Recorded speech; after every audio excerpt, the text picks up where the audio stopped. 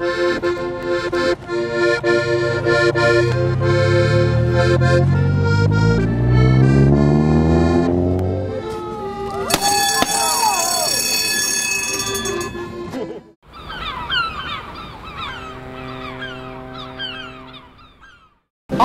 pirms 13 mēnešiem Liepājas dienvidrietumu mikrorajonā sākās grandiozi būvdarbi. Toreiz prognozēja, ka tie noslēgsies pēc 7 mēnešiem un pa Ventas, Tukuma un Ķempas ielu kursēs tramvajs.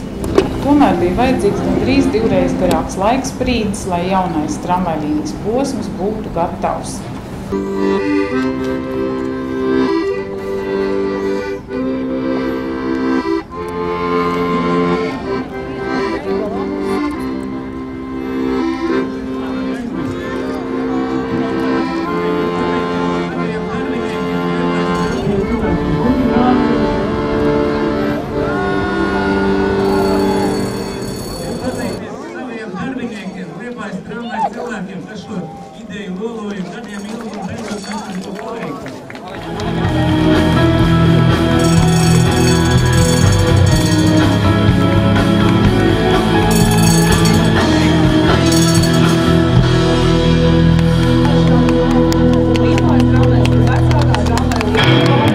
Paldies! Jūs vēl tuvāk varat nākt. Un skanot Liepājas tramvaja himnai elektriskai zivī, vēstīsim pasaulē, jā, mēs esam liepājnieki, jā, un mums ir jauna tramvaja līnijā.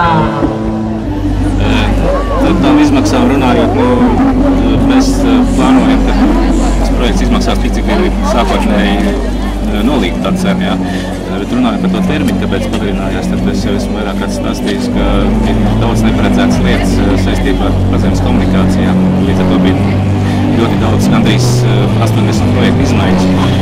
Šīs izmaiņas bija jāsaskaņo, arī jārealizē dzīvē, tāpēc arī tas termiņš ievilkās. Un turklāt arī ziema šogad Liepājā bija tāda, ka ziemas laikā neko nevarēja darīt, tāpēc arī mēs esam pabeiguši tikai tagad.